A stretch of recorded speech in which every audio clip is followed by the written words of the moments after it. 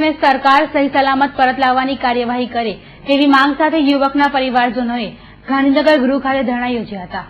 Iran ખાતે નોકરી માટે ગયેલ શહેરના સંકેત પંડ્યાને ઈરાન ખાતે નજરકેદ કરવામાં આવ્યો છે અને હાલમાં શારીરિક સ્થિતિ સારી ન હોય।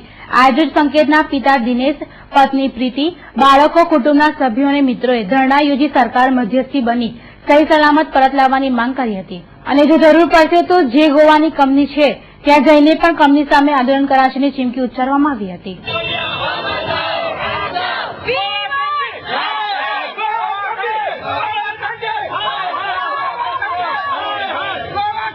જે ગોવાની પાવર એન્જિનિયરિંગ કંપનીમાં જોબ કરે છે છેલ્લા 12 વર્ષથી એમને કંપનીના કામથી અહીંયા ઈરાન મોકલવામાં આવ્યા છે કંપની તરફથી અને ત્યાંની કંપની બે કંપનીના આપસી વિખવાદને લીધે ત્યાંની કંપનીએ મારા હસબન્ડને છેલ્લા 4 મહિનાથી નજરકેદ કર્યા છે।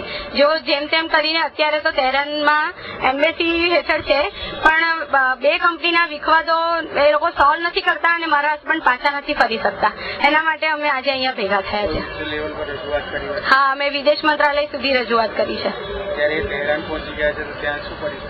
ત્યાં એ લોકો હોટલમાં છે પણ છેલ્લા 2 મહિનાથી ત્યાં બસ એક કેદીની જેમ જીવે છે કારણ કે પાસપોર્ટ અને વિઝા બંને ઈરાનની કંપની વાળાએ લઈ લીધા છે એટલે એ લોકો પાસે કોઈ વારો જ નથી પાછા આવવાનો એટલે પાસે બહાર હરીફરી પણ ના શકે। છેલ્લા 2 મહિનાથી એ લોકો સખત ડિપ્રેશનમાં છે।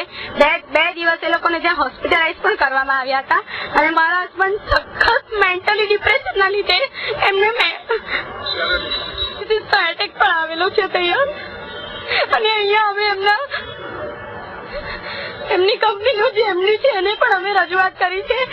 એ લોકો એવું કહે છે કે અમે અમારા પૈસા ઈરાનની કંપની પાસેથી લઈ લીધા છે અને અમે હવે આ બે જણને છોડાવવા માટે જ રૂપિયા ખર્ચી રહ્યા છે એવી રીતે અમને જવાબ આપે છે। એની જવાબદારી છે કે મારા હસબન્ડને ત્યાંથી અહીંયા પાછો લાવે। એ અમને એવું કેવી રીતે કહી શકે કે અમે તારા હસબન્ડ પાછળ બહુ પૈસા ખર્ચી રહ્યા છે અને ઉપરથી અમને અત્યાર સુધી અમને ફેમિલી મેમ્બર્સને એને કોન્ટેક્ટ પણ નથી કર્યો અને અમારા હાલચાલ જોવા પણ નથી આવ્યા અને ઉપરથી ફોન કરે છે તો એવું જણાવવા માટે ફોન કરે છે કે તમે જે સામાજિક મીડિયા દ્વારા આ સોશિયલ મીડિયા દ્વારા જે અમારા વિરુદ્ધ જે કંઈ તમે ચગો વગો કરો છો એ અટકાવી દો નહીં તો અમે તમારી કોઈ પણ મદદ નહીં કરીએ એવી રજૂઆત કરે છે।